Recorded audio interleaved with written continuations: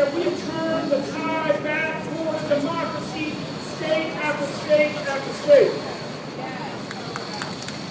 We've won in Wisconsin, we've won in Minnesota, we've won in North Carolina, we've won in Texas, we've won in Mississippi, we've won in Florida, we've won in South Carolina.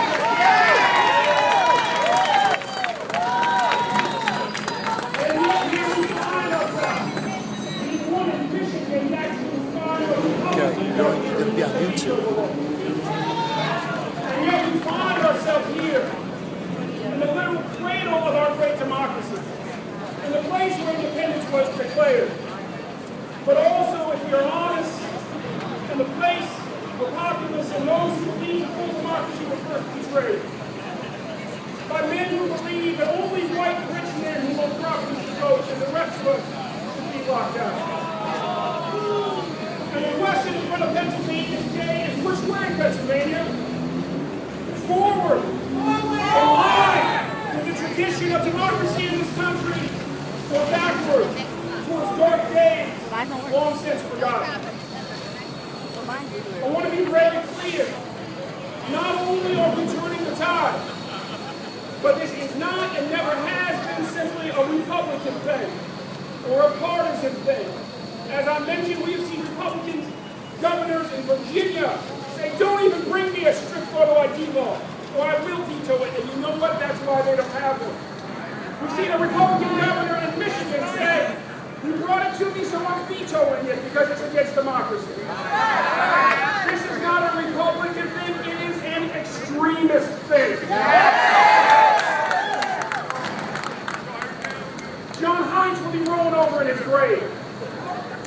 Jack Kemp will be rolling over in his grave.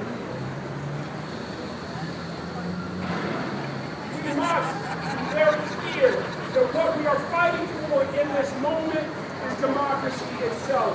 Our opponents believe that this will tilt things in their favor. We heard Tarazi say that the election is in the bag for Romney because of this law. Small-minded men, so small who would contort our democracy for their own partisan purposes, have no place in our democracy. They are not just ashamed to our country, they are ashamed to their own party.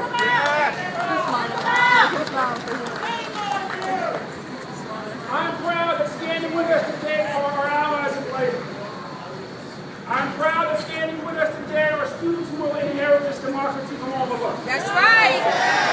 I'm proud that standing with us today are senior citizens like my 96-year-old grandmother who unfortunately are old enough to remember the old poll tax, the feeling of joy when they got rid of it, and now this new one being put back in place. And I'm here today to promise them and our young people that we will get rid of this one in Pennsylvania too.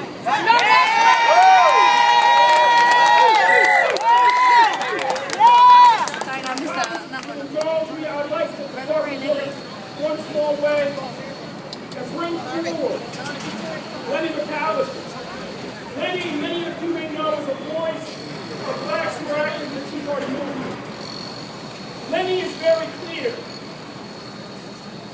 that on this issue, this core issue of civil rights and democracy, the only way that a reasonable person who believes in small d democracy in this country can come down is against voter ID.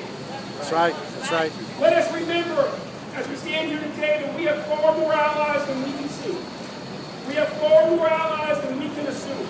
And while some would be so crass as to say that this court split 3-3 between conservatives and liberals, between Republicans and Democrats, could only end up in a deadlock, we've already seen the Chief Justice break with us on redistricting, and there's reason to hope that he remembers men like Jack Kemp. He remembers men like John Hines. And he remembers that there are still men in his party like Lenny McAllister who believe that democracy doesn't end at the borders of the Democratic Party, and who believe that all of us should have the right to vote. That's and right. none of us should be sent back towards a day when we have things that can only be described as a close. God bless. God bless.